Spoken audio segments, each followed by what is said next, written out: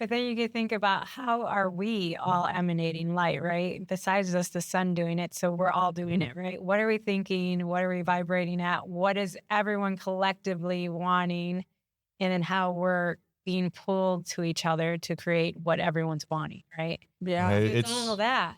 This like right here, right now is what it's all about, is just beaming this light and just talking about like, I had a client, she's a personal trainer, and she came to me and we're talking this shop. Yeah. I'm talking business with her, how to get her business from here to there. And I'm talking to her about this stuff and how to like, you know, it's beyond the hard work. You got to start, you know, really just having that faith and that knowing that what you're creating is there already. And you got to give gratitude for it and put this process into play. And I'm like, I'm giving stories with my clients, giving her the proof of work by thinking this way and doing these things. It works. It works with their business. It works with their health. It works with their relationships. And so I'm giving stories and sharing stories about this with her. And she's like, how do I have conversations with people like this, like my clients? Because it's not normal. And I go, I'm proof of work that this is my business. I literally talk about this all the time with every single client in some way, shape, or form. So you can make a business out of this.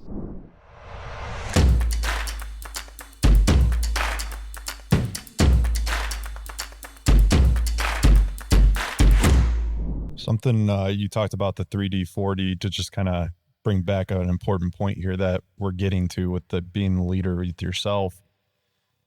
Down there in Costa Rica, Guillermo called it 5D.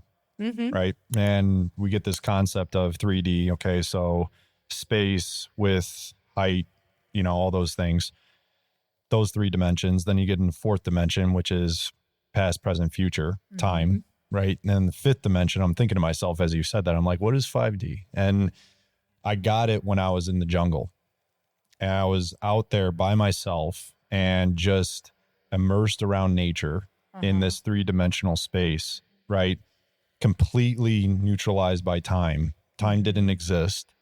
And when you ascend to that, now you're at the spiritual level.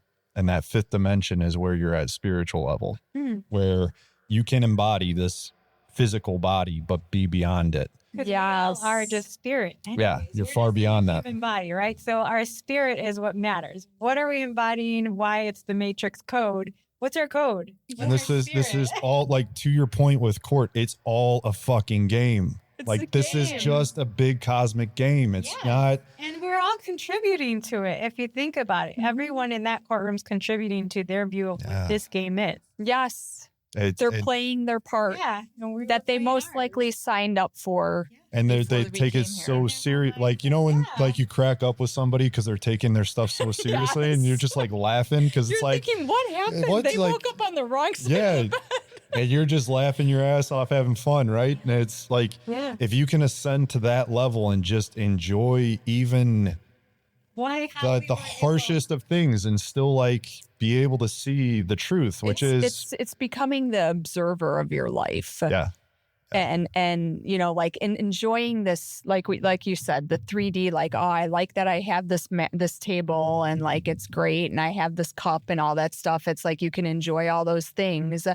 Now learn that time and space are told. If you want to think about the 4D, a good way to think about it, or at least for me, is like, if you look at your timeline of your life, like, yeah, you feel like you're getting older and you're learning more, but honestly, like if you pull up a memory, does it matter that memory was 10 years ago or if it was 2 minutes ago, that you're still, when you're thinking about that memory, you're living in that time and space. Right. And there is no time and space. Bringing it back. So this whole concept of aging, right? We're entering a new space where you can go really weird and go, okay, can you reverse aging? Because we have this constructive, we have this societal construct that, okay, year by year by year by year, day by day by day, you're getting older, cells are dying, you're not able to rejuvenate as fast. And so now you start to recover. Pause there for 1 second.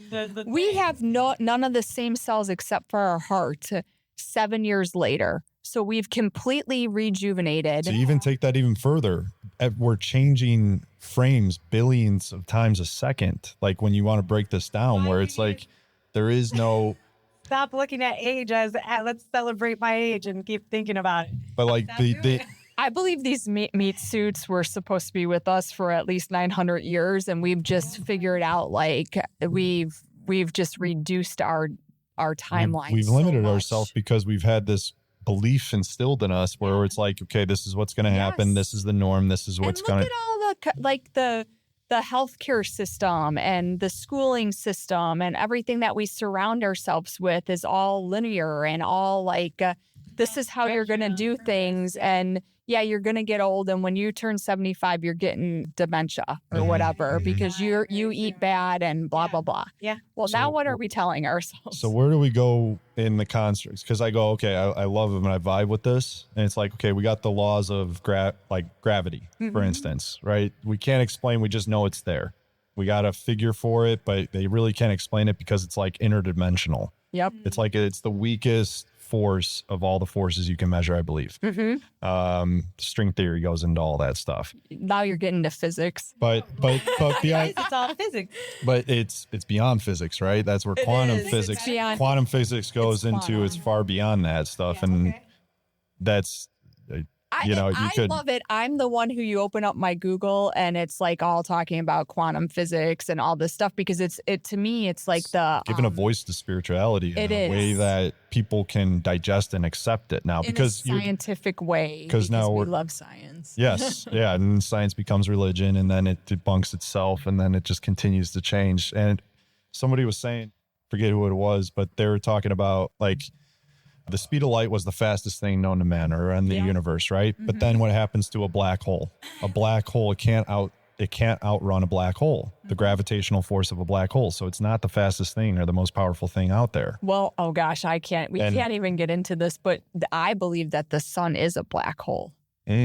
I'll go further with this. All right, so I do sun gazing every day. Yeah. And I'll spend as much time staring at the sun directly as much as I can. So it turns black. It turns black. And you can see the aura. And you can see the energy going into it. It's being sucked in. Energy beings. We're light beings. Yeah. We're the speed of light. Yeah. That's why it's so important. What are we embodying? What are we thinking? What are we thinking can happen as quickly as that? Right. So we're light beings. So you break down you break down human, Right. Yeah. human being hue being light, man being matter. Yeah. Hold all this. Yeah, it's all out there. Yeah. It's all out there. Well, I told a friend of mine, I spent the whole weekend with her. She's amazing. And I wish she would come on this podcast, but I know she can't just for work reasons. But she said, do not tell me good morning anymore. And I was like, okay. Yeah. And I'm like, why? Like, am I pissing you off? And she's like, it means good. And then morn. Yeah. I'm not mourning. I'm happy rising. Yeah. She's there you like, go. happy rising. And I'm like, I'm totally like, okay, there's happy little rising. tweaks. Yeah. That we've been programmed with. Because I don't like the whole good morning. Yeah. Yeah. And people are like, hey, when you tell this to I like happy. I mean, it's cool. if you can look at your life and say everything is grand and everything is awesome, and you hear these words of somebody, like I'll talk to people about this and they're like, yeah, whatever, like it's not a big deal, but you were just complaining. Then I'll think in my mind, you were just complaining about your job or some type of relationship or somebody triggered you. You were annoyed by somebody outside of yourself. You're giving up your power. Yet these words that we say on a daily basis don't matter. And it's like these little things do make a difference. Like literally, you want to take it to the context of science. The Dr. Emoto, who did the waters structure, you say a bad word to water, it turns into a dysfunctional structure. You say love to water, and it's a beautiful geometrical structure. I mean, even energy. And even feel it. Like when I say hate. Yeah. You know, like you can feel it. You can feel it here. When I say love, like it makes me smile and like it gives me like it is the words. And a lot of these things are so unconscious. Good morning. Like that is just. We think it doesn't affect why everyone's doing what they're doing because they think they can rap about something and it doesn't affect them. Yes. It does. And why do we hate mornings? We're all mourning. I know. So true. Right. We love it. I love mornings, but I love the beginning of the day. Probably. I love sunrise.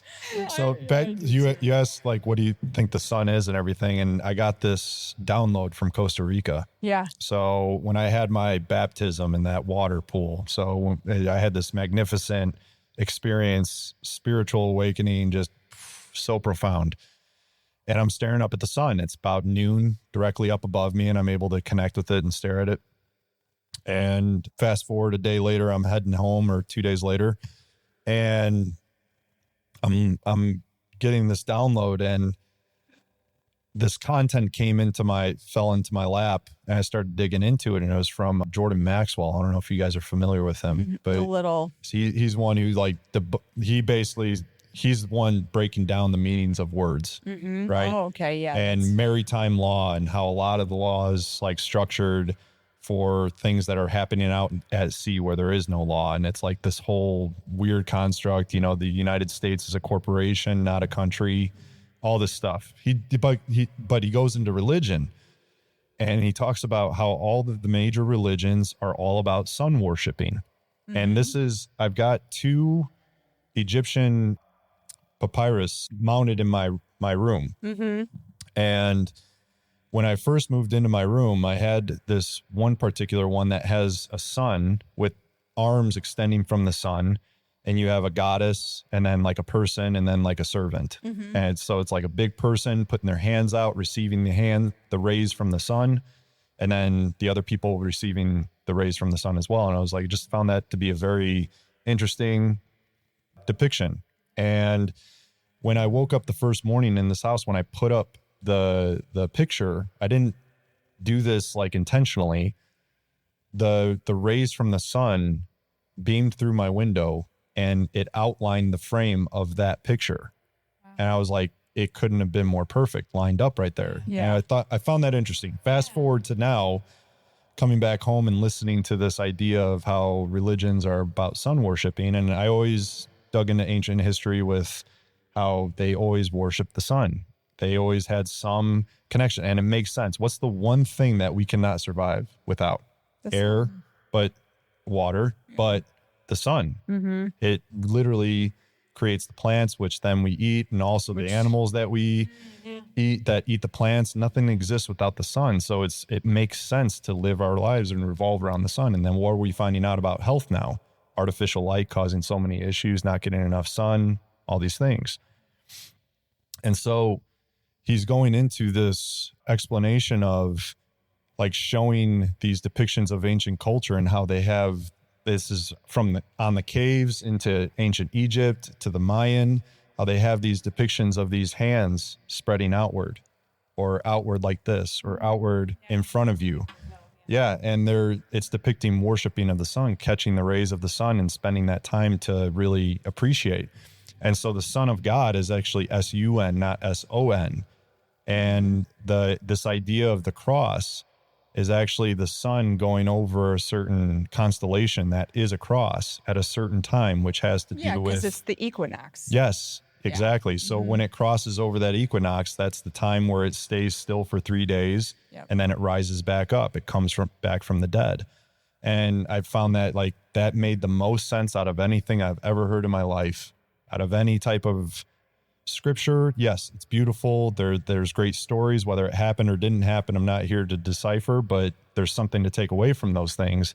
But at the end of it all, it's like this beam of light that is information that is giving you, when you stare at it, you get downloads, and it opens you up. See I mean, I don't want to get too much into this, but you can see the matter coming from the sun. Like you can see the energy and how that matter, if you really stare at it, you can see how you can create from the sun's energy. And I can see the matter. Like I can see how you can take the little molecules and like push them together. But then you can think about, how are we all emanating light, right? Besides us, the sun doing it, so we're all doing it, right? What are we thinking? What are we vibrating at? What is everyone collectively wanting? And then how we're being pulled to each other to create what everyone's wanting, right? Yeah. It's all that. this like right here, right now is what it's all about, is just beaming this light and just talking about, like, I had a client, she's a personal trainer, and she came to me and we're talking this shop. Yeah. I'm talking business with her, how to get her business from here to there. And I'm talking to her about this stuff and how to, like, you know, it's beyond the hard work. You got to start, you know, really just having that faith and that knowing that what you're creating is there already, and you got to give gratitude for it and put this process into play. And I'm like, I'm giving stories with my clients, giving her the proof of work by thinking this way and doing these things. It works. It works with their business. It works with their health. It works with their relationships. And so I'm giving stories and sharing stories about this with her. And she's like, how do I have conversations with people like this, like my clients? Because it's not normal. And I go, I'm proof of work that this is my business. I literally talk about this all the time with every single client in some way, shape, or form. So you can make a business out of this.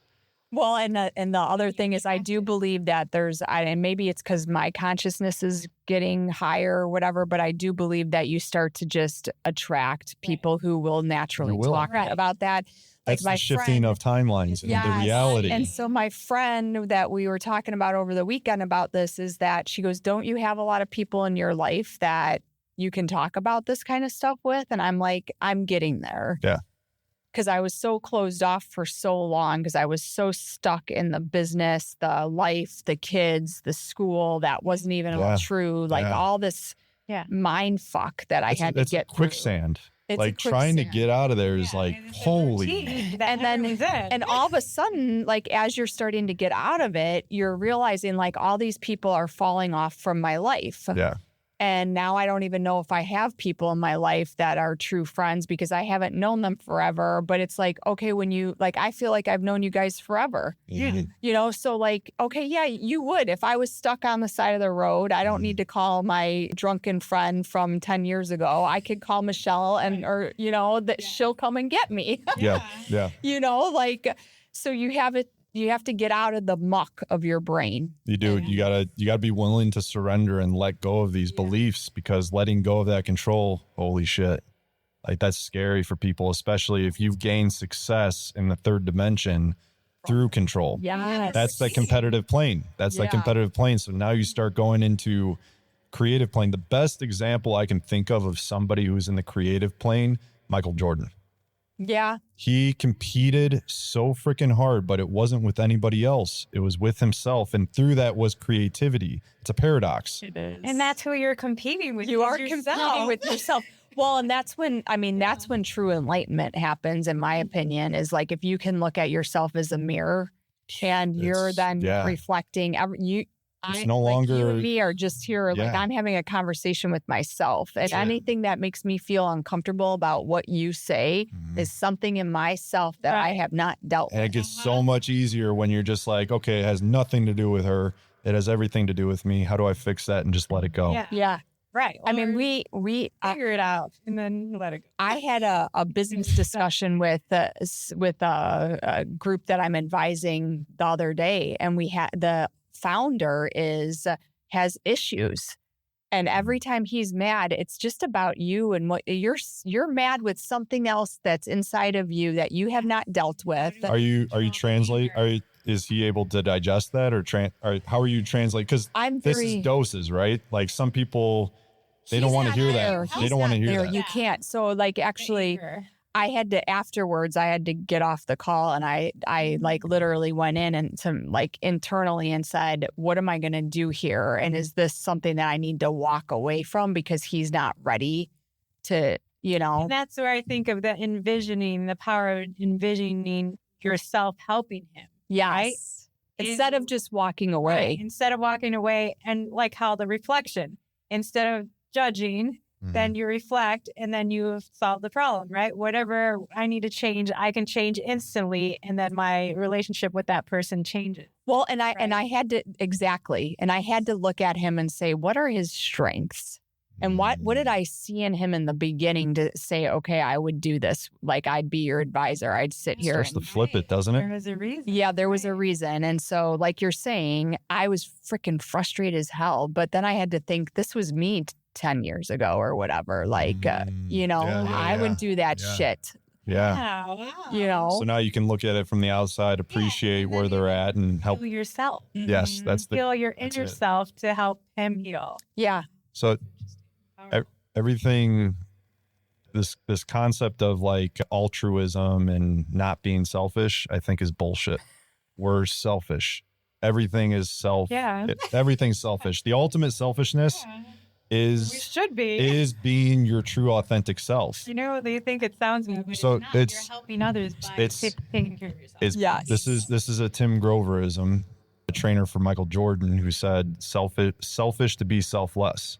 And Jordan got depicted as this animal, this bad man, or this hard ass because he wanted to win. He did it by any means necessary. Obviously, he demanded more of himself than anybody else around him, and therefore he demanded the most out of his teammates. Right. And if they weren't willing to do that, get off the court. Right. And so he would demand that of his team, and his expectations were so high.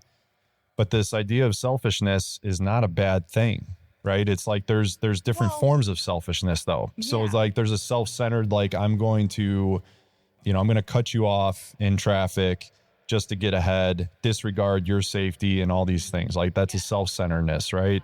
That's not selfish.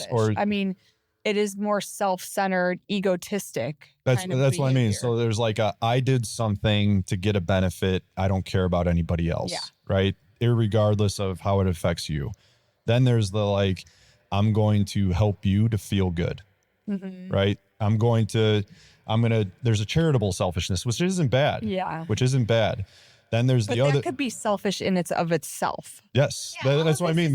It's all selfish. Like charity is so that's like a selfish to be selfless. And then there's another one where this is a sneaky one, where it's like I'm going to be selfish and not do something because if I do the thing you're asking me to do that I don't want to do, let me put it this way. You're asking me to go out for lunch. Yeah. I don't want to go out to lunch, but I'm worried about what you think of me if I don't go out to lunch with you.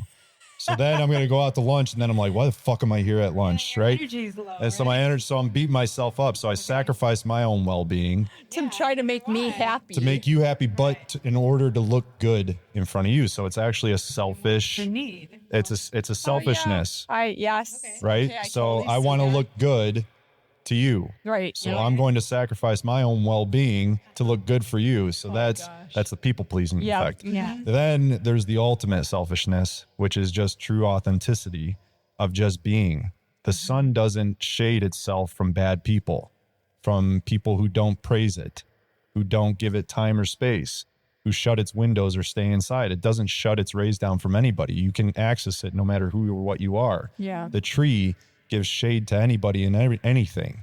It's just being a tree, right? So being your authentic self of who you are is the ultimate act of giving. The left hand doesn't know what it's giving to the right. There's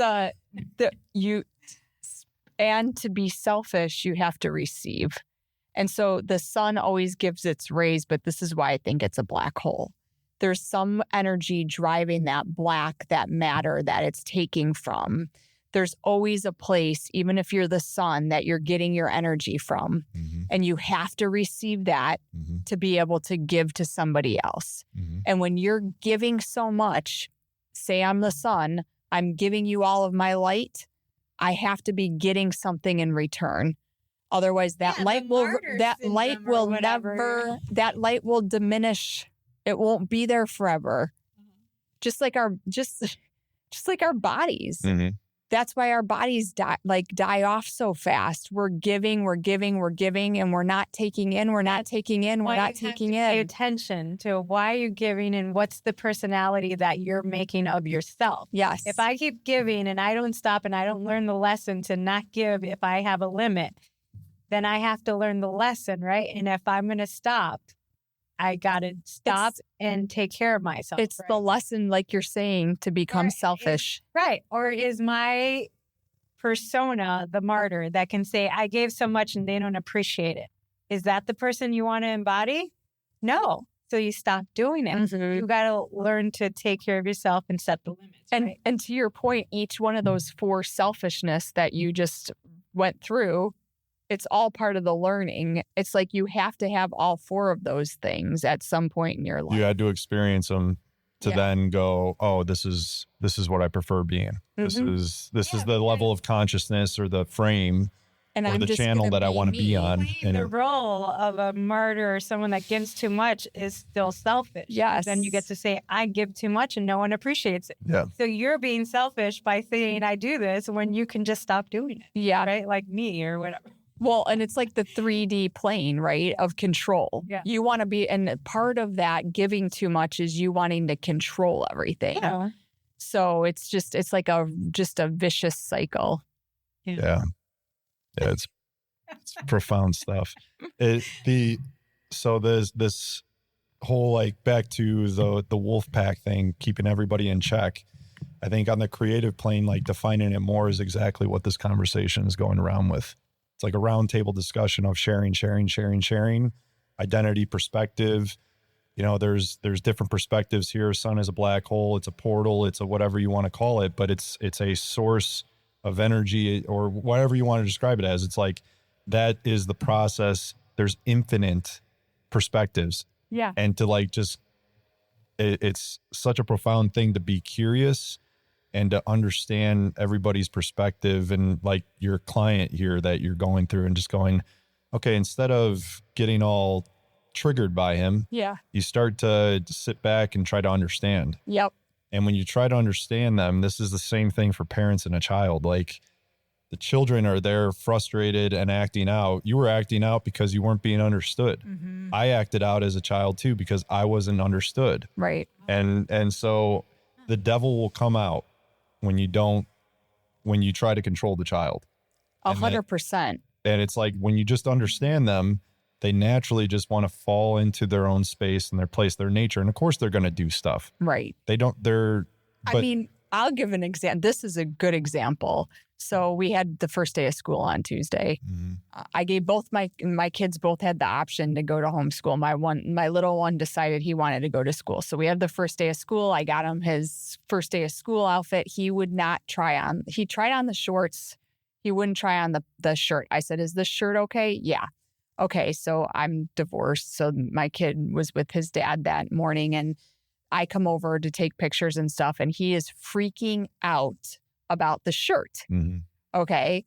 I don't like it. It's too long. It doesn't fit. Blah, blah, blah, blah, blah. My ex-husband was like, put the fucking shirt on and go to school. Like, you're a kid. You need to do what you're told. And here's me. I don't like to control anything. And I'm just like, well, what shirt would you like to wear? You know, because it's understanding the kid. And I'm not trying to say, there's times and places with your kids that you have to have boundaries. Mm-hmm. I'm not saying that you don't put boundaries on the kids, but a shirt is not something that I'm going to go to, like, have him have a really terrible first day and try to control what shirt he has on. And my ex was so mad at me because he should have just put that fucking shirt on. Mm-hmm. But it's a control thing. You don't control the kids. Like, it's one thing that he can make that decision for himself. Let him feel safe in the shirt he's going to. All right, fine. You probably needed to try the damn shirt on, and it would have caused us all a lot of, like, saved us 20 minutes of time and a lot less anger and frustration. Yeah. But to your point, don't control the kids to the detriment. Mm-hmm. That's what his idea of his first day of sixth grade was going to be. And that's what his memory is going to be. And what needs to happen then, and from that point, is going, okay, as a parent, what environment, situations did you set up to create this misunderstanding, right, in a sense, right? So it's like, for a 6-month-old, this is easy to just go, all right, got to understand the child and start doing this. So you didn't program for 6 years, all this crap that we unconsciously programmed into our children, because we were 12-year-old children raising children, right? Unconscious, unaware. Now we're dealing with it when they become conscious, and now they got a mind of their own, and they don't know. It's actually your mind. Yeah, exactly. You've actually programmed all their shit into them. Now we're frustrated because they're not doing the things we want them to do. And their teachers and their friends or whoever else and their grandparents. You wonder why kids are, like, being extreme reactions, even as adults. Extreme. It's like, why? What's going on in your mind? Like, why is this shirt a big deal? What you're wearing a big deal? What Yeah, is a there's big deal? For some reason, I can boil it down just from my background. For some reason, it's a feeling of not feeling safe. Mhm. And so everything that they're doing when they're getting super angry, they feel like somebody's attacking them and they're not feeling safe. So if you're not safe in that shirt, then take the shirt off and get into something that's going to make you feel safe. Okay. There's also something like the safe aspect. Like I dated this girl and she was hypersensitive to clothing. Yeah. Like just if she put on anything synthetic, it was like she would her energy would be drained.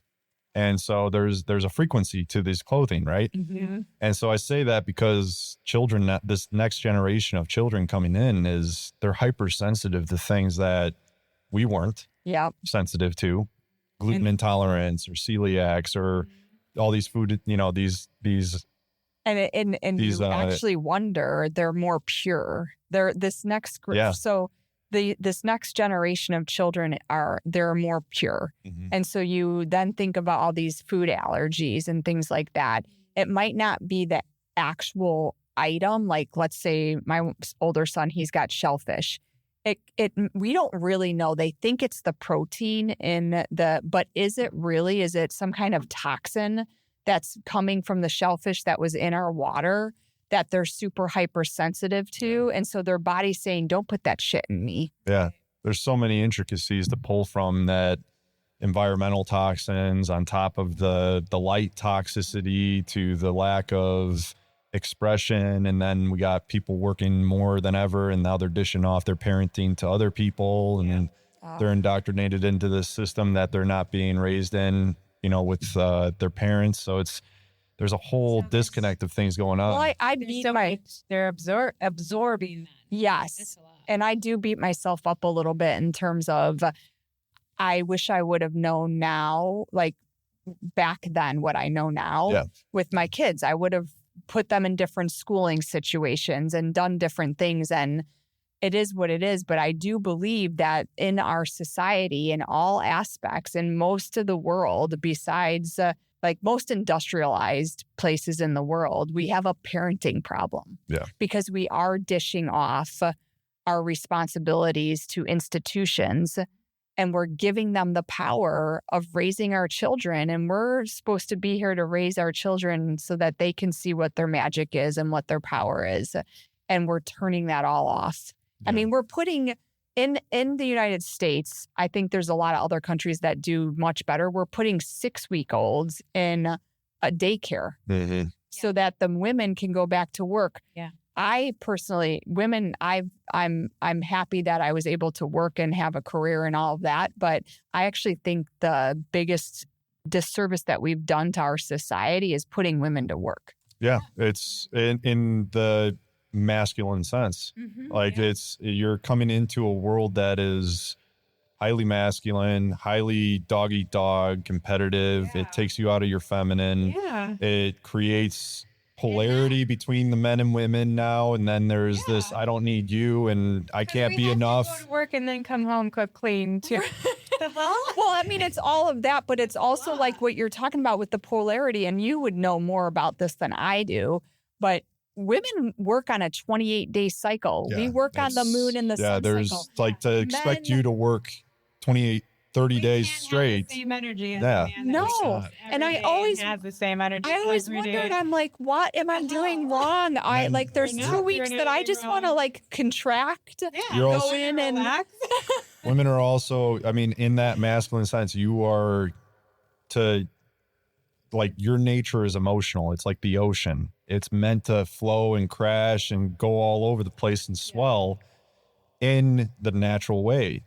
But when you're forced to cap it like a child who's being controlled, you want to see the devil come out. It's like suppress your emotions and not express yourself and then not be heard, right? And like not be seen. And those things, it creates a disconnect. Now the men aren't being heard and seen. And it's like now there's this like me type of thing. Like the toxic masculinity or whatever, like come on. it's just That's just toxicity. It's stupid. just like the masculine and feminine is not toxic. Yes. Right. It's the toxicity. Just that in and of itself is just the criteria is like this egotism or this me, or this self-centeredness of like, I'm in pain, I'm not getting enough, or it's all, I'm a victim of these things.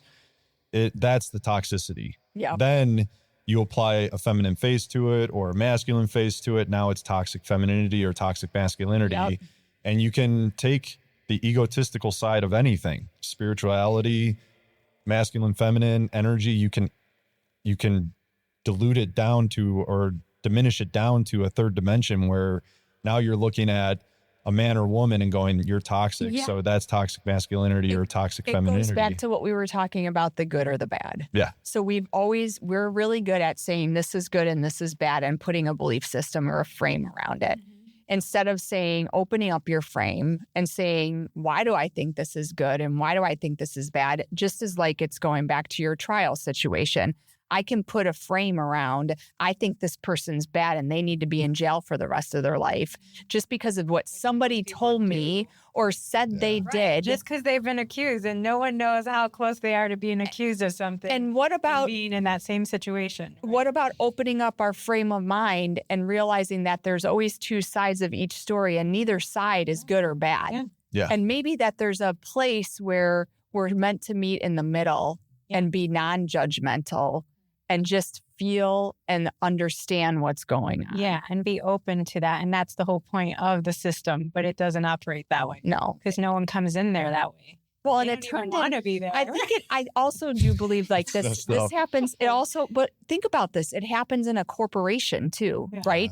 So like people come into it, they're like all gung-ho about it. And then like half your employees end up being like super pissed off.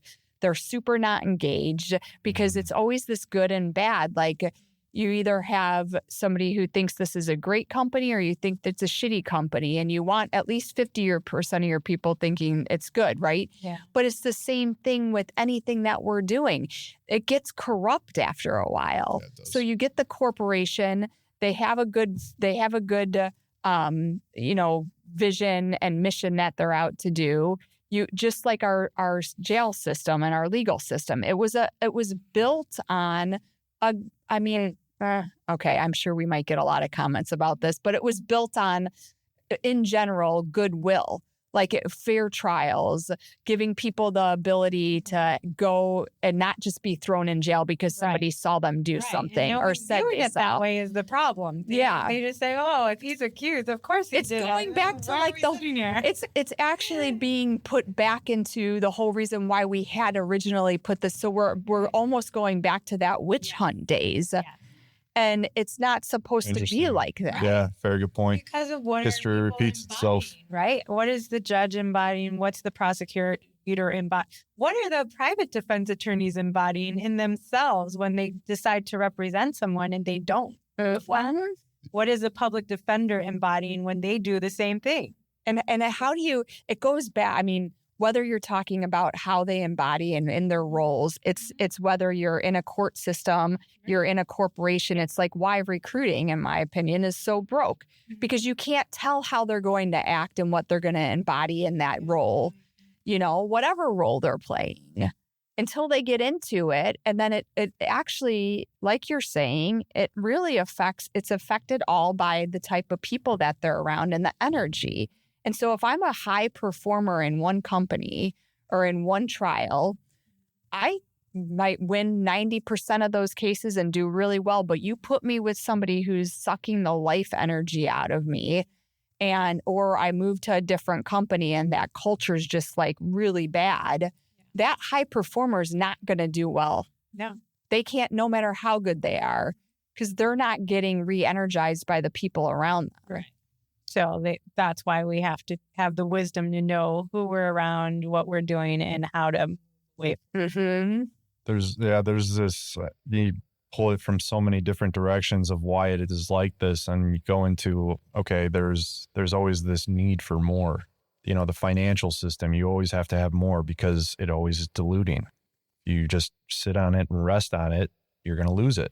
So you have to keep doing something, keep growing, keep building, keep Well, that's moving. what we're told, right? And it's like That's what that, we're told we have to do. but it's So all we do it. it's all an illusion, right? So the money in the construct of dollars is it's a complete illusion. And it's just based on this system that we are told this is what you have to do. And now we're starting to get into the early stages of people coming up with systems to create more wealth through cryptocurrency and all this stuff. And through your energy. Yeah. We just made up energy. I just listened to a podcast about this. We just made up our currency. Yeah. Even cryptocurrency is made still up. the same thing. It's still the same thing. Yeah, exactly. It's a little bit better, but it's still made up. And like the only real currency we have is our energy. That's it. And so how you move your energy is really important. So, that's why actually this would be really interesting in I'd be interested in hearing what you think about this. But so you never want stagnant energy, right? Yeah. And so if you think about your money, you don't ever want to put it into a bank account that is doing nothing because you don't want stagnant energy. And what do most people do? That's what you do. And you're just benefiting the bank that gets to loan it out and make more money on it. Or what are we all doing with 401ks, IRAs? And we're not doing anything. Yeah. We're actually, they said on this podcast that it was, and I'll put it in the show notes because I don't remember who it was on there, but that she said like some people do really well with their 401ks because they could have like really bad energy, but they're outsourcing their money to somebody else to manage it and move it. And so then that actually works out for them. Yeah. But if you have like really good energy, you shouldn't outsource your money to somebody else. Like move your own money around and use your energy to guide you. Double it faster than that other guy. And she's like, and what I did to become a millionaire or billionaire, she was very wealthy, is not going to work for you because you don't have the same energy as me. So if you go try to replicate this and in the time and space that you're in is totally different. Yeah.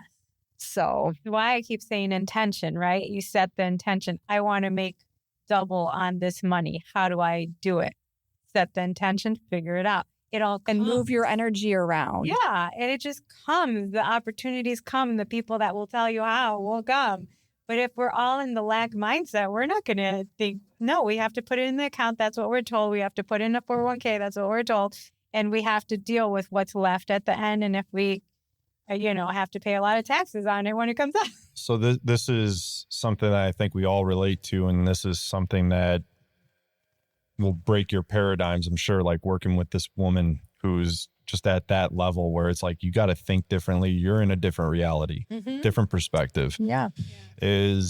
How is somebody, I think I learned this from Tim Ferriss, which brought me to my mentors in strength coaching, who's doing something completely different and getting extraordinary results.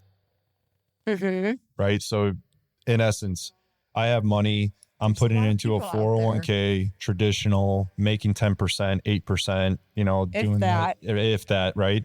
And just set that up and work hard and, do those things for 40 years, right? Exactly. And let me just hold the thought. Yeah. Your 401k is going to depend on who's managing it. So I moved my 401k to somebody to manage that I thought I could really trust, but his energy was super terrible. It lost a bunch of money and I didn't pick up on that. Yeah. And then we're not paying attention. If we're sending it somewhere else, we think, it's whatever's happening is because that's how it goes. Yeah. Instead of thinking, you're going to outsource your wealth or you're going to outsource your health? Right. No. Okay, go on. Sorry. So that whole criteria, if you can look for those outliers, that I'm talking, Michael Jordan's an outlier. Yeah. What did he do? Start picking that apart. Like, look at those things. If you can mentor with these people, that it just blows your fucking mind when you get into the room with these people who are, 23 Olympic medalists. How did this guy produce that? You start going into, functional medicine, Eastern medicine. Okay, you're optimizing hormones through functional medicine. Yeah. That makes sense. Okay, now you start going, it's like, that's where, like, I don't want our listeners, this is why we created this, right? I don't want them to have to go through the timeline and that I went through. that's the point. That's the portal. That's the portal. School without walls. We categorize, and this is the people that will teach you the certain thing. Yeah, and you don't have to go searching and reading 5,000 books. And it's actually the beauty. It's a beauty of what's going on with AI, though, too. It's like quicker answers, things that I used to have to Google and like search all the way down. As long as I really articulate what it is I'm looking for, I can now get that information so much faster. Yeah. Like on a book, like the body keeps the score. I just chat GPT. What's that about? What's it talking about? And you get the high level. Now, you might not get every single thing, but you know what? When you read a book or you listen to You're an only audiobook, taking in. you're only taking in like 10 or 5% of it anyways. Yeah, Yeah. And that's why people who read tons of books and never get over the wall of fear to actually take the action in those books have so much like useful knowledge when you talk to them and you're sitting there thinking, okay, why aren't you doing what you're telling me you're doing? No, they're just taking in all this information, but they're not doing anything with it. It's the problem that's going to happen with AI. You take in all this information, it will shoot out all the fucking things you need to do, but you're not doing any of it. If people use it strategically to save on time, it can be amazing. Yeah. But if you're asking it for all this information and you're saying, give me this list of all these things I need to do, and then you're not discerning what's going to work for you or not, and you're just taking it all in, you're going to get information overload, and you'll be at the starting line of the race, but never jumping over it ever. Yeah. So we all have to be actors. We have to be moving. We have to be intentional about action. Yeah, you got to be that person who you want to be. And that person takes action. That person is facing those fears and coming to terms with them and actually realizing that they're not as scary as they once were. It's back to your Michael Jordan thing. It's like if you dissect what he's doing, whether you love Michael Jordan or hate Michael Jordan, he's not a saint. He's not an idol. He's a human. He's a human being that took action every day to be the best he possibly could be and had the mindset he needed and surrounded himself with the people that were going to elevate him and elevate his game. There's in The Last Dance, that Netflix documentary. Have you seen that? Mm-mm. Oh, you got to watch that. It's phenomenal. I've probably watched it 10 times. Really? It's amazing. Like the mindset, how they pull everything together. It's well produced. It's an amazing art piece in and of itself, but it's a great story to follow. And in one of the episodes, this reporter who documented much of his career goes, Mike was a mystic. Mm-hmm. He was better than anybody at staying in the moment. Yeah. That's it. The present moment, never being worried about a missed shot, never worried about the next shot, just always in the moment, always, always, always. And in the intensity of this guy, he was truly just being himself. He was this a crazy hard competitor and ruthless with it all. Everything's a competition for him, but for himself. That's the paradox there. Yeah. And it's his ability to be in the now is the most, like, you look at any mystic, any spiritual leader of our times or past, it's like their ability to be in the now is what allowed them to shine bright. I mean, I 100% agree with you. And it's like sometimes people get mad, right? Like you're around a friend or family member and maybe they can't remember everything that you remember, right? But that's actually not a detriment. You should not get mad at them because they're living in the now. Yeah. You know, they're not thinking about what you guys did 10 years ago. Like, okay, you know, like, or like they're just happy that they're with you now in this present moment, make your new memories. Right. And who gives a shit if you remember it tomorrow or not? I mean, don't go out and get drunk and black out, but I mean, or you could. I'll tell you, like intellectual people, some of the smartest people I know are some of the hardest to wake up. Mm-hmm. Because it's you know so much. There's this Bruce Lee story where this guy wanted to work with Bruce Lee. And so he's like, all right, come out to my dojo and I'll teach you everything. And so he works with him for a day, sits him down afterwards and goes, okay, saw everything you can do. Put 2 cups in front of him and the guy he wanted to learn, or the guy who he was teaching, and he's got a cup of water right here and then a glass of Coke in front of him in the other. And he goes, see, this cup with water represents everything that I know, everything that I am and everything that I know. And that cup, that glass over there with the Coke in it represents everything you know and everything you have. I can't give you anything that I have because your cup is already full. Until you're willing to dump that cup out and allow me to pour what I know into you, you're not going to learn any of this. And so we all have people like that, right? Where it's like, how open-minded are you? Because if you're not willing to go this deep, okay, I realize we're only going to go this far. Right. How much are you willing to unlearn? Yeah. Well, and you can think, yes, and you can actually think about it in a terms of where are you able to crack your frame of mind? And where are you able to challenge your belief system? Because if you look at your cup as your belief system, you have it all filled up there. You believe in all these things. What are you willing to just maybe say, I don't need to hang on to that belief system anymore and dump it out and then fill yourself up with something else? Then there's that fear. What if I let that go? I'm not going to be the same person. Oh my God, right. I'm going to lose control. Right? Yeah. That's, so then you go into, I identify as a Catholic. I identify as a mother. I identify as all these things. And then all of a sudden, what does that really mean? Yeah. this question, I asked my son the other day, and I'll ask it from time to time, is who are you? Yeah. The deepest, most profound question you can ever ask and get clear with, because this gets you, when you get in touch and in tune with it, it's easy to say now that I'm not on my deathbed, but it gets you so comfortable with that ending to where you don't fear it, but you understand it more.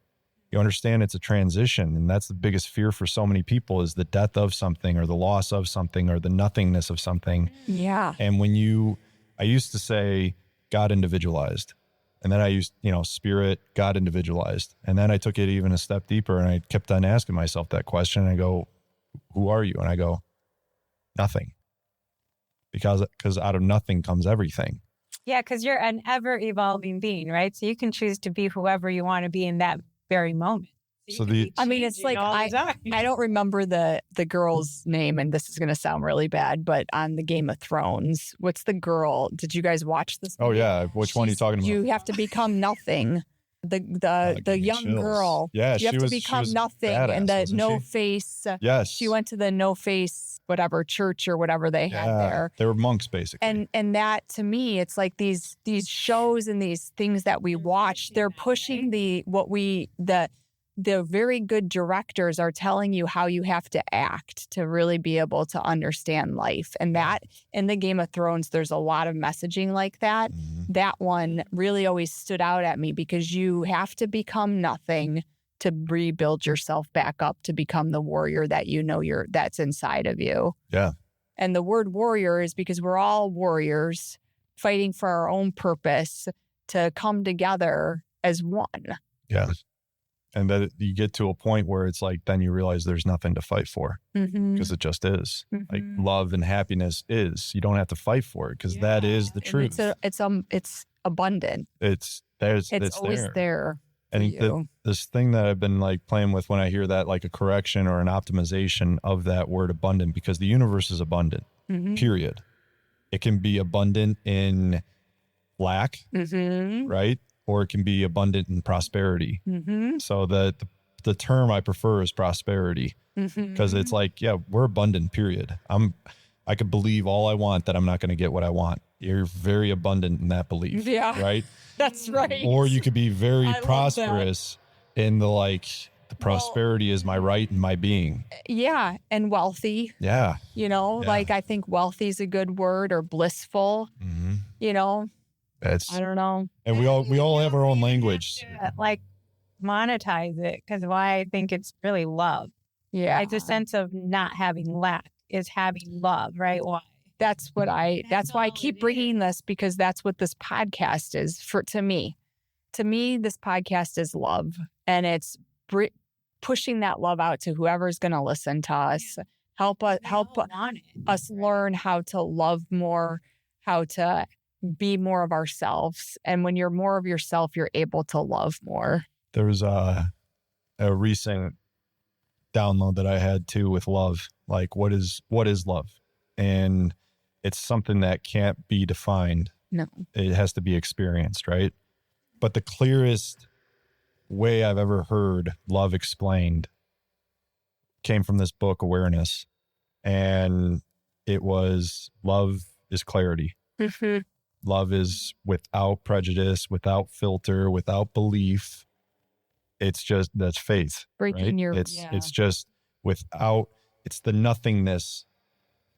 That's love. Mm-hmm. It's without anything. There's nothing there. And it's complete bliss. And that's what scares people, is like the void, the darkness. Whoa, what's in there? Scary monster, whatever it is.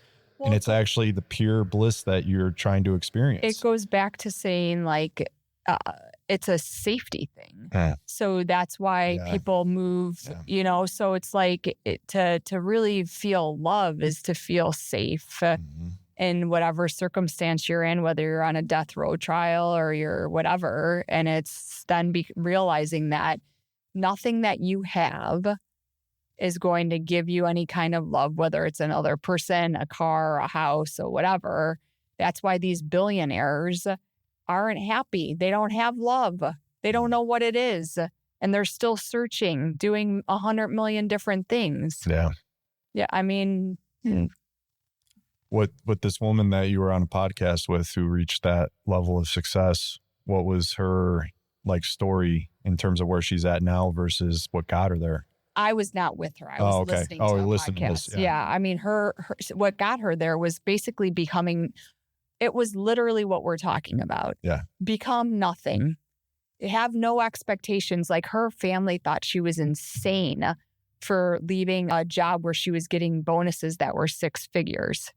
And like, what are you doing? And she's like, well, I sat there and I watched my boss doing the same thing over and over, talking about the same thing, living in his frame. She didn't say it exactly like this, but like living in your frame, living in your life, living in your belief system. And she said, I got chills. And I said, no fucking way am I going to do this. And I figured a plan. And this is what I was telling you guys the other day. I figured out a plan on how in 10 years I could get out of there. So she was like 28 or something. And she wanted by the time she was 38 to be able to retire and go be nothing. Yeah. And so just enjoy. Set the intention and go out in the world and let it just come, but you're acting. She had action, and she said that was her biggest misstep. And this is what the whole podcast was about, like how people set time frames around things. And she's like, I did it. Most people out there are doing it. Like in 2 years, I'm going to make this amount of money. Don't set those time frames. Just do the things you need to do to accomplish the goal that you have in front of you. And it will happen. And it's so hard for people to think that could even work. They don't even think that's possible. They think they have to work 40, 50 hours or 50 years. And then retire with what they have. They can't envision that. They can't say, oh, yeah, right, I can retire in 10 years. Yeah, right. That's what they say. That's right. So and if they shift. And guess what? What I need, and this is very important, what I need to retire by the time I'm 50, let's say 5 years, I want to be done, right? Okay, whatever. If that's what I need something different than what you need in 5 years to retire or whatever. I know we're not supposed to put a timeline on it, but what do you need to retire to become nothing and feel free? Yeah. And that's a different answer for me. And it's a different answer for you. People have different, whatever they embody about whether they even want to retire or how they want to retire. Well, that's what she was talking about. That's the other thing she was talking about. Exactly. The podcast host said, hey, so like, how come you're still working? Like, because she's doing all these things. She's on this bright talking to people. She's a coach and all these things. And she said, well, I realized that the amount of money that I had saved was good. I have horses and all these, this horse ranch in San Diego and all these things, but I love to travel. And so I'll work as much as I need to, give you my energy so that I can travel and stay in a hotel. She goes, I love hotel rooms, really nice bougie hotel rooms. And I want the hotel room that is $1,000 a night. And I'm going to do what I need to do. I'm going to give you my energy so that I, in turn, can travel all over the place and stay in those $1,000 hotel rooms. Visioning and wanting, this is what I want my life to look like.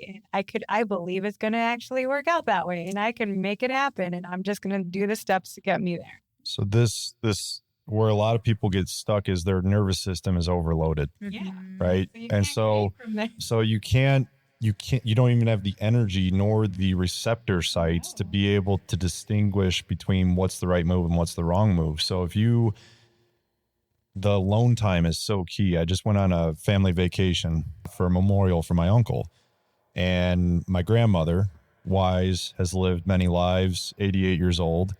The first thing she said, we went on the boat to the family lake, and she had her, eulogy or whatever she was sharing. The first thing she said is, family and alone time are the two most important things that you will hold on into this life, that you will carry into this life. Alone time was so emphasized on that. And I couldn't agree more, because that's what we're lacking so much, the alone time to be able to get clear with what nothing looks like, what that life looks like. And let me just finish this real quick, because if you get clear on the target, now you got an idea, you tune your nervous system, your heart, your soul to, okay, that's the reality that exists, that I know is there, that I have the faith and continue to step forward every single day with into. Now you tune your nervous system. This is how you get these hits, these breadcrumbs, these synchronicities, these holy shit, I can't believe that happened, or this opportunity just fell in my lap type opportunities, because they're always there. We just are so blocked in the nervous system that we got these blinders and all these things going on, this static, that we can't receive these opportunities. But if you get clear on that and get that alone time and take that time to be able to tune yourself and get clear with it, create the feeling and actually embody it, you'll recognize that feeling when you're walking down the street and have this idea. And we're all too busy not doing that. So we're not creating and not believing that we can create this, because we're just doing. Always something on the weekend, always something on the phone. We're not even creating anymore in our own mind. Right. That's the fifth dimensional thinking. That's the okay, so strength training is another example. I'll let you go after this, but it's like, okay, so you have this goal. You want to get to a size 2. You want to be able to get to a certain level, right? Whatever it may be. Whatever it may be. Planting those seeds. You might want to just size might not matter. Maybe it's how you feel. No. It matters. Put on the dress and it's a size 2. So, but it's like you're when you're taking action on the things is very important. And some of these things are quote unquote hard or not easy, right? It's against your nature. It's against your identity. That's where you have to be willing to surrender and go, okay, this is hard. Instead, how would somebody who at my size, 215, how would I think in terms of lifting? And how would I go about in that exercise? I would approach it constructively. I would approach it with gratitude. I would approach it with feeling the pain and the whatever you want to call it. Suffering with meaning equals growth, right? So if I put meaning to that suffering, now I'm grateful to go through this, and it's like it's justified. And yeah, it hurts, but man, it's so good because you know where it's leading you to. And you keep that goal in mind, you're going to bypass the pain and the self-talk and the excuses that push you out of the way and make it easy to fall back into that old identity, that old reality, that old place. And then you're beating yourself up. Now your self-worth is diminished. And now how are you going to act at work? How are you going to act in relationships? Now your self-worth is even more diminished. And it's like, I see this all the time when people work on their health, their wealth always increases. And wealth doesn't matter if you don't have your health. Yeah. Yeah. Be here to enjoy it, or healthy enough to enjoy the money. That's right. And I got to take it back to your health is really important. And that's actually what I was writing down when you were talking. So if I go back to my own personal journey where I just was like beating every day, like I was taking shit tons of action. There was 2 things, right? Before I got sick with my company, and I was taking the wrong direction. Okay. Before that, I was on the right path. I was working out. I was super healthy. I had all this wealth and opportunity coming to me because I was in the best state of mind that I possibly could be. Yeah. Okay. Then I got out of that flow somehow. I think it was just too much. I wasn't asking for enough help. I was giving too much. My receptors were closed down, which is what you were talking about. And what I think that if you could speak to this a little bit is how, if I had this time to sit down and like I was able to be quiet and have all this time, right? But I was so screwed up from a medical standpoint because my hormones were so messed up. My cortisol was all effed up. My sleep was totally screwed up, and I was totally out of my flow. It took me a long time to get back, and I'm still struggling with this a little bit, where it's like turning back on those receptors to have the ability to create. What would you say people need to do outside of having that alone time what do they need to do with their health first? I think it's you got to find something that is intriguing to you, right? And it usually starts with nutrition. Yeah. I'd say breath work is absolutely foundational, but I tried to do that with some people and it's like, I don't care. It's too, it frustrates them more actually, right? So physical work is, for some it's exercise, for all it should be exercise, but for some they're actually like, I want to get in the gym in a different setting, and I think that's awesome. Nutrition is the other aspect where this is where nutrition is so subconscious. It's like you eat the food and you don't necessarily realize how it impacts you until you start going eating clean and detoxing from the processed foods, the sugars, the alcohol, all these processed foods, and you start eating clean. It will challenge you. It'll be uncomfortable in certain ways because it's so outside of their paradigm. And then you start to actually introduce some of those old foods back. It's like an old relationship coming back into your life. You're like, why was I ever with them? Right? That's how I feel about alcohol. Yeah. It's like, as minute I take a few sips, I'm like, oh, like, ew, what was I doing? Yeah. But it's a horrible feeling. But I was thinking back to our conversation where you said there's 3 things to ask a person. I guess, where do you want to be? What's your goal? And do you think he can help you get there, right? And how quickly do you want to get there? Do you think you could get there quicker with him? And then do you have the funds to pay for it, right? Yeah. Those are the 3 questions everyone has to ask themselves. And because like with me, it's like I was at the breaking point of 17 years trying to figure out how to get to where I wanted to go. And it wasn't getting the results that I wanted. So I find someone that knows what I don't know, and then hire them to help me get to a place where I can't get as quickly as, because I tried. I joined the gym. I did all that nonsense and I didn't know what to do in the gym. So it's like, if he's going to help me get there quicker, like I could help someone get somewhere quicker with what I do for a living. Yes. And then I have the funds to pay him. Yeah. Why are There's you? no problem, right? So why aren't people doing it, right? Because they want to do the baby steps, and that's fine. Go do the baby steps, but don't expect to get to the result that I think everyone envisions. You really got to to really possible, right? To truly transform, you got to do a 180. Like, it's not like a baby step here and there. Like, if you want to make drastic change, it doesn't mean you have to go all in and commit 4 days a week and do all this stuff. But it's like, you got it's just how much do you want it, right? Well, it's how much do you want it? Yeah, and it's how much do you want it and what's right for your body. So like somebody like me needs something a little bit different because my hormones are so messed up. You work with somebody. This is the other thing that I think in the practitioner space and health space, this is the missing piece though, is like strength is the mother of all qualities. Your muscle is one of the most neglected organs in health. Right. And it is the most vital organ for vitality, for youthfulness, for testosterone, for blood sugar management, for detoxification. I put somebody recently on a what I consider a moderate protein diet, eat protein 20 to 30 grams 3 times a day. And she's like, this is so much. It's so heavy. It's so much. And I'm like, when you go from barely eating it to eating it, it's intense. It's so complex of a nutrient to break down. It's stressful on our body right now that we have to even dose the protein. Yeah. Right. So everybody's at their own stage. But what I'll say is proper strength training is mobility and flexibility and activating muscle. And so now you're connecting, and then you're connecting breath, and now you're connecting mind to body. And now if you can start to get confident in your body's movement, and now it's no longer hip pain, but now you're like, damn, I broke free from that. I can actually do something now. And then you feel it when you step up the stairs or sit down, and it's like, I feel better. That subconscious confidence that's instilled into it is so not talked about enough. where it's like, it's a missing piece. So when you were asking, like, what does somebody do when they start off? It's like, you need to move, you need to eat, you need to do these things. But yeah, you can start one step at a time, get your feet wet.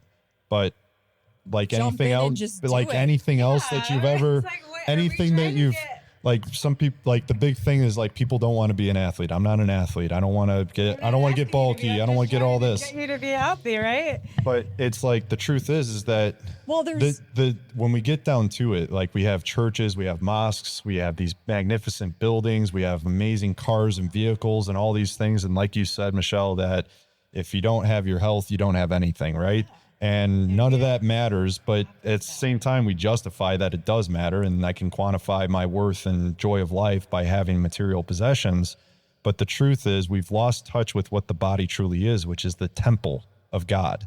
It is the only temple of God. Nothing else. No church, no mosque, nothing else. We're completely neglecting it. And the thing is that we don't know because we don't talk to someone like him that knows what to tell us to eat. And we're going to see the transformation in the body when we eat the right ways, right? And I mean, well, like, been it literally it's been is. so monetized, our health and our bodies We're pushing that food we should well, not be eating. right. And honest, We think it's okay. yeah. So Costa Rica, we go out to the jungle and I'm out there by myself and it's waterfalls and rocks and all sorts of stuff. I'm by myself. So full disclosure, I stripped down buck naked. I'm by myself Now out we in the have sun. a great. No, but it was just like, I was like, it was because it's like you're out in the open in the jungle, nobody's there, and you're climbing up, and I'm climbing up and down. And it's good to be naked. I like to be naked. Yes. But the point being is like complete carelessness. Let's all get naked. Sorry, this one. my God. Keep going. Gave you that image, we're running with it now. But the point of it is that they call it the playground down there because truly I was just a kid, rock climbing, jumping in the water, getting pebbled by waterfalls and just there's butterflies and birds all around. You got the sun beaming down on you and you're getting this injection of light that is energizing you in ways, and you're exposing areas that don't get any exposure to light that actually should get exposure to light, because the mitochondrial density in your genital area is more concentrated than any other part of your body. Oh. And so when it receives light, now you're increasing the mitochondrial activity. Do something. Yeah, but then I hear that they're like the most ugly people, so it's like the most unfit people, right? But hey, they're happy. But They're happy. this kind of goes back to, okay, so the most enlightened, the most peaceful people, let's just call it that, have no reason to explain themselves to anybody or apologize to anybody for anything of what they do or who they are. Yeah. It's that ultimate, like, I'm being selfish authentically, and that will beam a light towards you to allow you to be authentic. And It's so true. I mean, it's so true. It goes really, if you think about it from just a nude beach perspective. I know this is not where you wanted to go with it, but it's very interesting because it's like, if you have a problem with me being naked on the beach, I'm not asking you to have sex with me or being some weirdo, right? Like, that's I'm just the other thing. Like, I'm just enjoying my body on a beach and enjoying the sun being to places where you doesn't normally get. Notice what's in you that's so pissed off about that. Yeah, Like, exactly. Just let Yeah. that person be on the beach. This is the freedom for everyone to be themselves and not be structured in, we have to do this on Christmas. We have to do that on Thanksgiving. And we have to give our energy to everybody just because that's the system we're in. It's so true. And do you hear what you just said? I mean, really, listeners, listen to this. It's like we have these traditions on Christmas and people get pissed off, like, especially when divorce really screws this. It does. It really does. Yes. Everyone's filing for divorce. I'm 38 dealing with. Well, not even that, but just your traditions. Like, you all of a sudden, Families traditions dismantled. are like, and why they're filing for divorce around that time, because it all comes up. All this high stress of doing whatever and discussing what we're going to do because we both got families and other going things. to a million places. Oh man, it all just comes up. So like this carelessness, this selfishness, like you bring up a point with the new beach, and it's like, okay, I'm just there to do my thing, and it's completely accepted. So there's areas of acceptance, we've over sexualized society. We've deprived ourselves, saying that, you know, it's bad, or it's taboo, or it's like how it's delivered. It's how it's delivered, how it's been commoditized, and how it's been like neutralized in a sense with porn and all that. Yeah. Like it's just completely. Well, and that's actually part of the problem with, I think, like, exactly. I think too, It's lost like its power. Women's bodies, right? So like you want to be in a size 2, like what made you think that? Everybody's like women's bodies are mostly supposed, and you might disagree with me on this, but I think we're supposed to be more a little bit voluptuous. It's like, because we are here to be with like the baby, like we have to have a baby and we create life and we need the energy. Yeah. And like we're maybe just think about it, like who told you that you need to be thin as a rail? Yeah, that's and been, then guess what? that's been the system. And then guess what? You don't have your periods anymore because you're not getting the nutrients that you need, because the only way to get down to that size is to starve yourself. Yeah.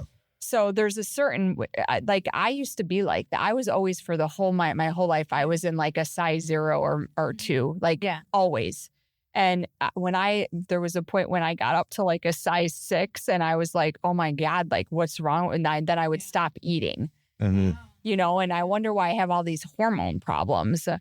I messed with my body for my whole life, thinking that I was supposed to be a certain way. So going back to your question of like what people should do, and it's multi-layered, right? So many things, but the overall aspect of things is like your nervous system just gets like oversensitized. Yeah, it really does. And so, you know, the brain is the ultimate hormone gland, and it's this taking in so much information in our mind, right? We're paying attention. We think we're our mind. So all the thoughts that we're having, all the ruminating thoughts, the memories that we have, the emotions from those memories, the anxiety for the future, like all these things start to create a hormonal cascade in our body. And then our nervous system is in this sympathetic, reactive fight or flight stage so much.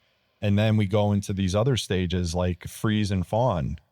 These other, I don't know about that. So there's, I believe, 5 reaction like stress-induced reactions. Fight and flight are the very common ones, right? Yep. So anger, reactive, fight with force, those types of things. Then you have the flight, which is run away. But how we really actually observe it now that I see it is workaholics, always busy, on the go, have to do everything, So it's like the rabbit from Alice in Wonderland. I'm late. For a very important date. I gotta go, right? Always on that. So next time I'm doing that, I'm going to just say I'm not Alice. Yeah, exactly. You're funny. So then you get into the fawn phase, which is people pleasing. Oh. So it's like, it's putting up with shit that you shouldn't be dealing with, right? It's being overly nice.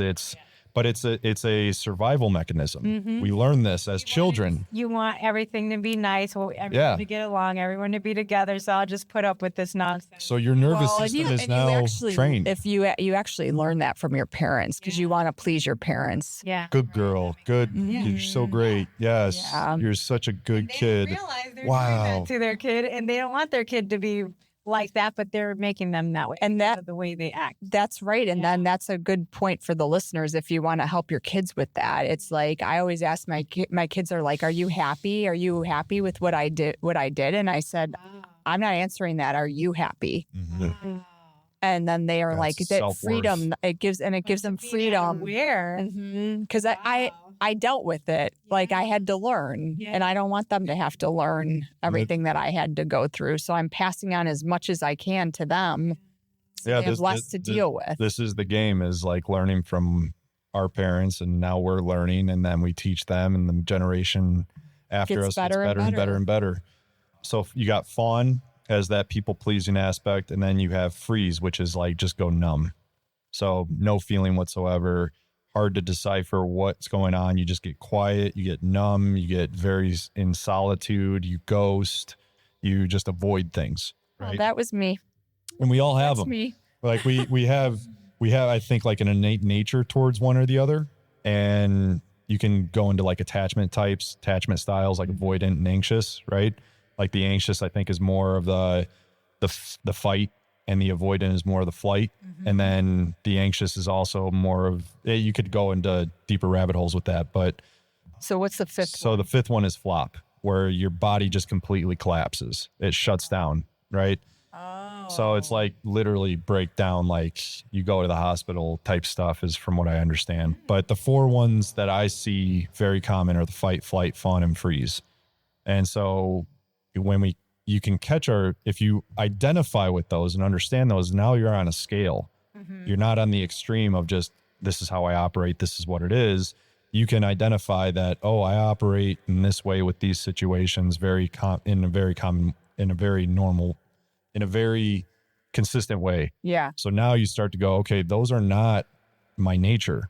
These are learned behaviors that my nervous system develops to survive. And I no longer am in that situation. So I need to pull myself out from here and be the observer, be the nothing, and observe that fight, flight, fawn, freeze, right? Perspective. Now you go, oh, I'm watching the channel of flight. I'm watching the channel of freeze. But then stop being the observer and be the creator now, right? Yes. That's what I want. Yeah. To start creating and to say, forget it, I'm not doing that anymore. Let's create. You have to first observe. Yeah. And then you can create. And you're going to always flip between the two, because to continue to create, you're going to always have to come back out and observe, because otherwise you're going to get sucked in. It's like the Michelangelo, right? Like chisel, chisel, chisel, cut away, cut away, cut away. Okay. And then step back, look at, to keep creating. and then go back to it and be in flow. Yeah, it's You've created all your life. I know. You're always you're gonna create. Now you get to just realize what you're doing and step back and do it even better and faster. Right. That's my goal. Yeah. You're doing it. it was the what is it called when like all right, so God, G-O-D. Mm-hmm. And you break down each of those words, what they stand for. I heard this, I thought it was spot on. Generator, operator, destroyer. Oh yeah. So we are all God. Generators, operators, destroyers. And destroyer, I talked that with somebody and she was like, that's a bad thing. I'm like, no, it's life. That way, but it's No. I mean, creating and then for that. It's like Neville Goddard, right? He said that, like everybody, I am, all the I am statements. Mm-hmm. And he's, I think one of his books, I don't know, don't quote me on this, but it was like, people don't want to say I am God, but you have to, because you are. Yeah. And until you realize that, none of your I am statements are going to be true, because you are the creator and the destroyer. So it's so funny. It's in the Bible. It says something like, no, I am God. Something knows Yeah. I am God. And so it's practically telling you, you are God. Yes.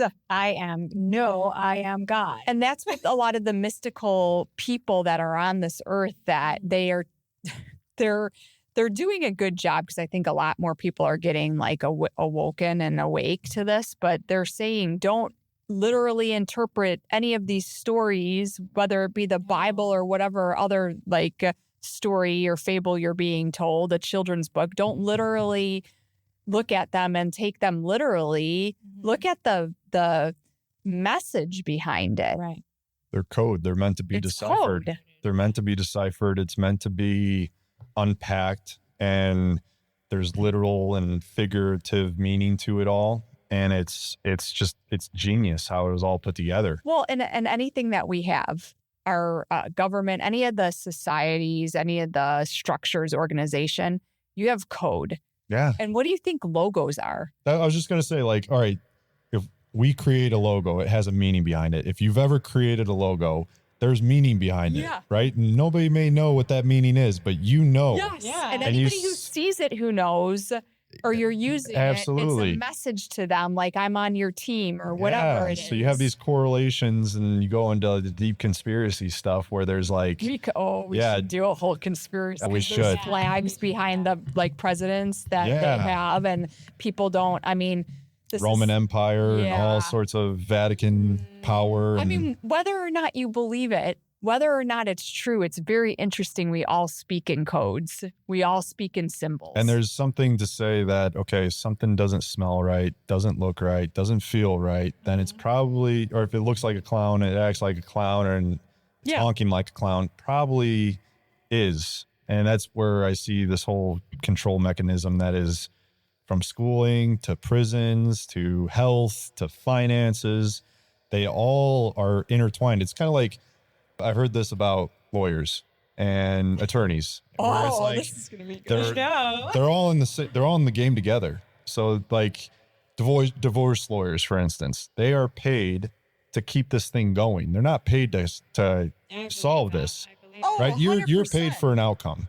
Yeah. You're paid for an outcome. It's like you're not paid to prolong this process. So we never did. We went to trial quick. Got this done, and you do the same thing with estate planning too. Paid monthly. Imagine what an attorney would do to prolong. And that's what they're doing. And guess what? You're feeding off of people's safety issues when you're going through a divorce. It's a parasitic energy. I no offense to any divorce lawyers that are out there listening to this, but it's like it's very sad because you have to. They'll admit it. And even business lawyers. So like when you're dealing with, when I was selling my company, you give them a retainer, you have to deal with this back and forth of like, well, it's like your baby. So, or a house, a lawyer, like a realtor, they can make more money based on like playing people against their emotions, right? So that's why they say when you sell a house, don't be emotionally attached to it. Or if you're buying a house, don't be emotionally attached because you might end up spending way more money than you should because you all of a sudden got attached to this house. You could see yourself raising your family and there's millions of other houses out there. Or you can make your house perfect, whatever you find.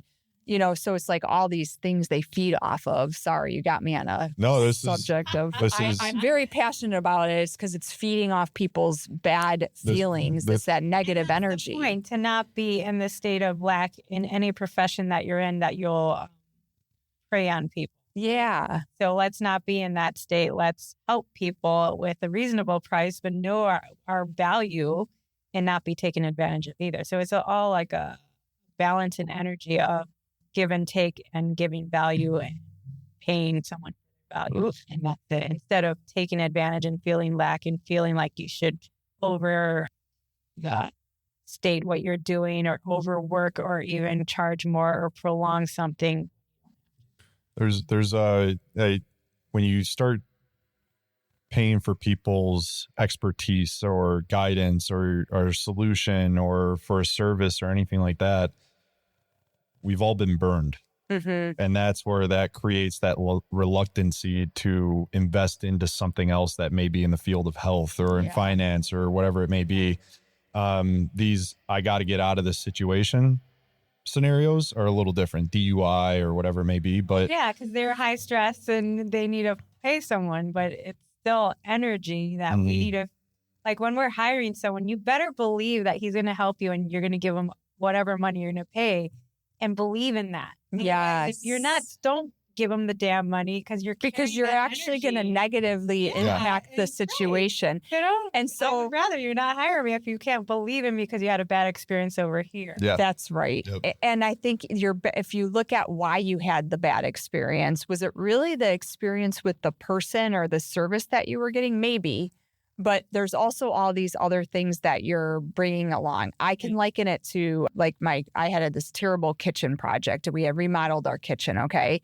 And it was like I had all these beautiful things that I wanted to do. I had saved a ton of money so that I could have this perfect kitchen. And I didn't do my due diligence on the kitchen person because it was a friend of a friend. And so I just walked blindly into it. And I was like, all right, whatever, this is going to be perfect. No, it was a fucking shit show. Yeah. And it was not because of the person I hired. Well, because some of it was, but it was also some of me. You had the power. I had the power and I gave that away. Yeah. And so now what did it teach me? Like there's certain things you need to learn, like about protecting your energy, doing your due diligence, making sure that everything aligns and not just like blindly walking into something. Right. But to add to your point, I had a client who he was getting his basement remodeled and he was looking at a general contractor who was maybe half the price of another guy who does basements and does them thoroughly. And it was on point. And he went with the guy who was more like half the price. Yeah. And my client had to supervise the general contractor and look into everything because he didn't trust the guy and he wasn't doing the things right and he was giving him and so it cost him more. It cost him more. Yeah, exactly. I've done both scenarios where I'm like I've paid somebody for what they're asking. They're asking a high ticket for it, and I've like gotten what I needed out of it. Like I told you, I could do the flip where I paid someone very small amount for a good service. Yeah. So it's all mindset. It's all intention. Like my husband will say, this is going to cost this much. I'm like, why do you got to say that? 'Cause I know it doesn't have to cost that much because I know how it works, right? So, and I know that I can attract a good worker for a lower fee, but it's just all everyone's perception, intention, and what can you get and what you will receive because you believe. That's right. So the scarcity versus prosperous mindset. And it's like, if you invest into it, Hormozy said this really well. He's like, I paid for coaching and got like, I came in, I don't care if it was good or bad. I'm going to get something out of it. Like that's his intentions behind it. Like just, you're going to learn what not to do. Yeah. You're going to learn what to do. You're going to learn it's either way, you're going to get something out of it. Yeah. Absolutely. You don't know everything. Yeah. And I think that does it for this one. We will come back around and keep this going because we have a lot to talk about. And this has been an amazing conversation. And we'll make sure that we are not on death row next time we talk to you. Yes. All thanks to our criminal defense turned estate lawyer, Michelle Gonzalez-Tyler. Love it. Thank you. All right.